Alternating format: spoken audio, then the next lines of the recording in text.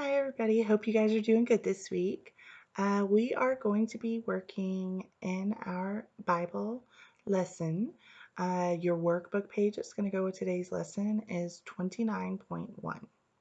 Okay, so you'll need your workbook, you need your pencil, things like that. Um, Today we're going to be talking about Jacob and his remarkable dream. Okay, so Jacob, if you remember, was Esau's brother, okay? And Jacob and his mother deceived Esau and Isaac, their father, um, to get some special things for Jacob, right? So we're going to talk about that today. So I'm going to go ahead and I'm going to read you guys some things from the Bible, and then I will discuss a couple of the questions that I would have asked you if we were in class, and then I'll talk with you about the workbook page, okay?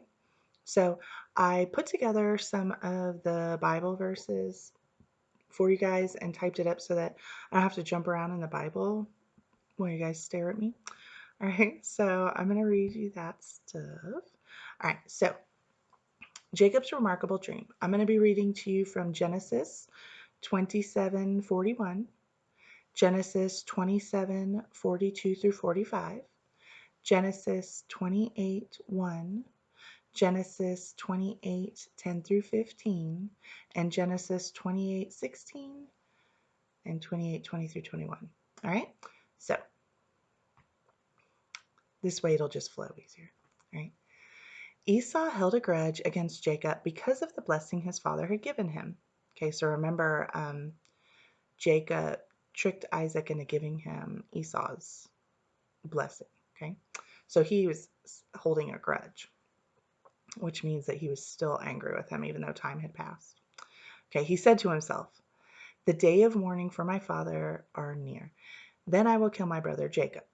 When Rebekah was told what her older son Esau had said, she sent for her younger son Jacob and said to him, "Your brother Esau is planning to avenge himself by killing you.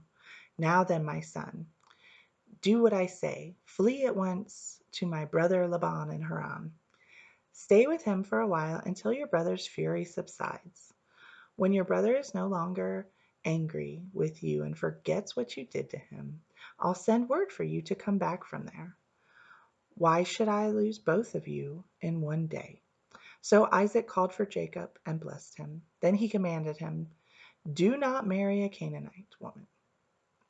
Jacob's dream at Bethel. Jacob left Beersheba and set out for Haran. When he reached a certain place, he stopped for the night because the sun had set.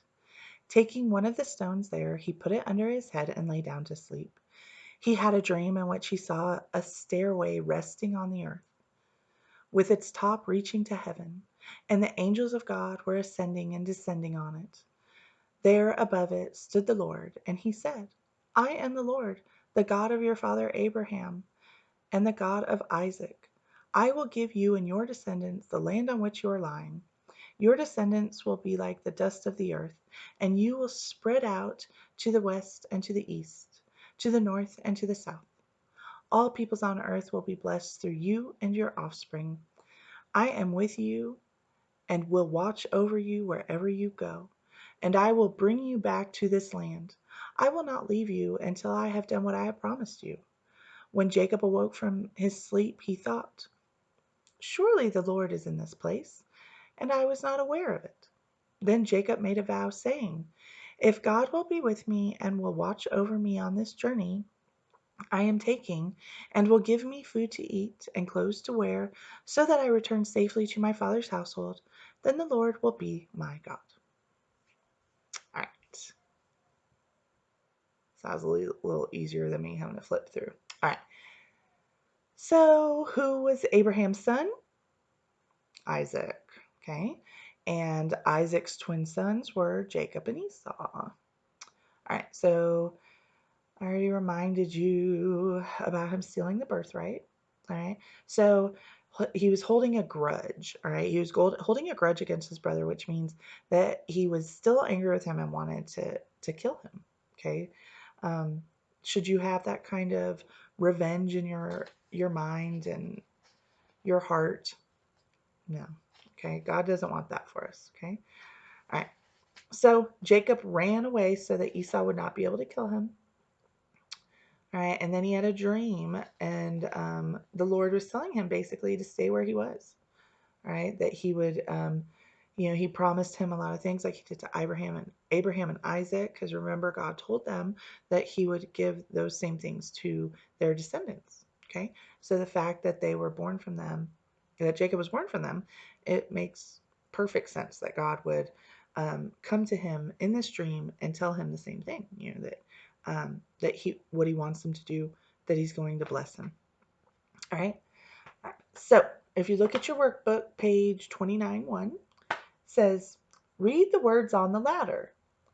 On the lines below, write the words that tell about Jacob's dream.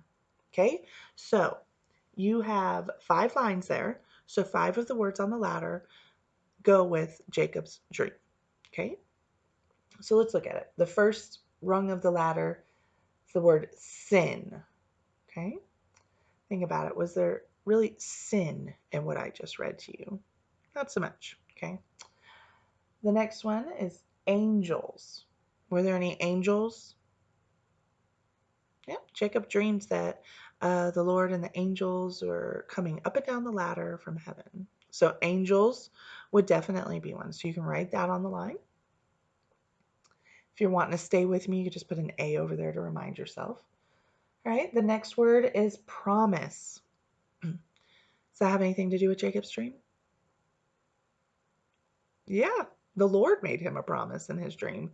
So absolutely, promise would be a word that you want to write over there. Okay, the next word is God.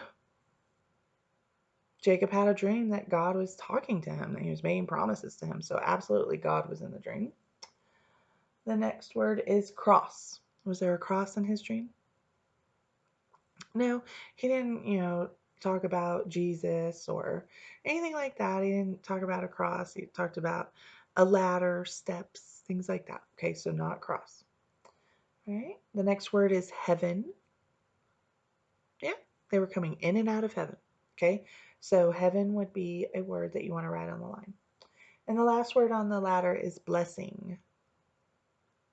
Yeah, it's all about blessings. Okay, so Jacob is going to receive a blessing from the Lord. So blessing would go over there. So on the lines, you should write angels, promise, God, heaven, and blessing. Okay. All right. Below that, it says, read the beginning of the sentence. Fill in the circle that has the correct ending. Okay, so for each number, there's a beginning of the sentence, and then there's 2 possible endings for that sentence. So you got to figure out which one it would be. So number 6 says, Jacob left his home. Okay, so these are going to be your 2 options. Jacob left his home because he got a new job, or Jacob left his home because his brother planned to kill him.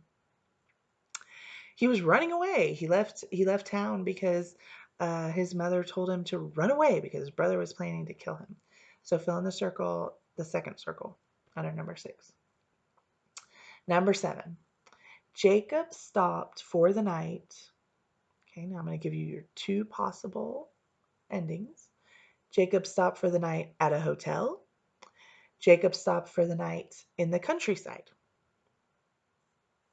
He was in the countryside. He wasn't in a hotel. They even said they had to put a rock under his head instead of like a pillow, right? So in the countryside. So for number 7, you're also coloring in the second circle. Number 8, Jacob dreamed. All right, I'm going to give you your 2 possible choices. Jacob dreamed about his parents. Jacob dreamed about a ladder reaching heaven. Dreamed about a ladder, yeah.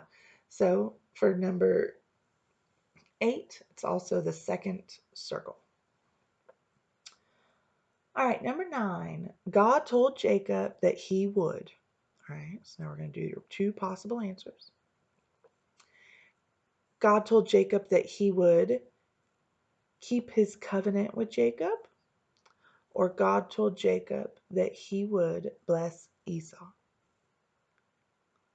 All right, I switched it up on you. It was the first one that time. He told him that he would keep his covenant. Okay, so that's why he repeated to him the same promise, the same covenant, the same agreement that he had made with Abraham and with Isaac. Okay, all right, so hopefully that made sense to you guys. Hopefully you did good, and I will be seeing you guys tomorrow. All right, bye.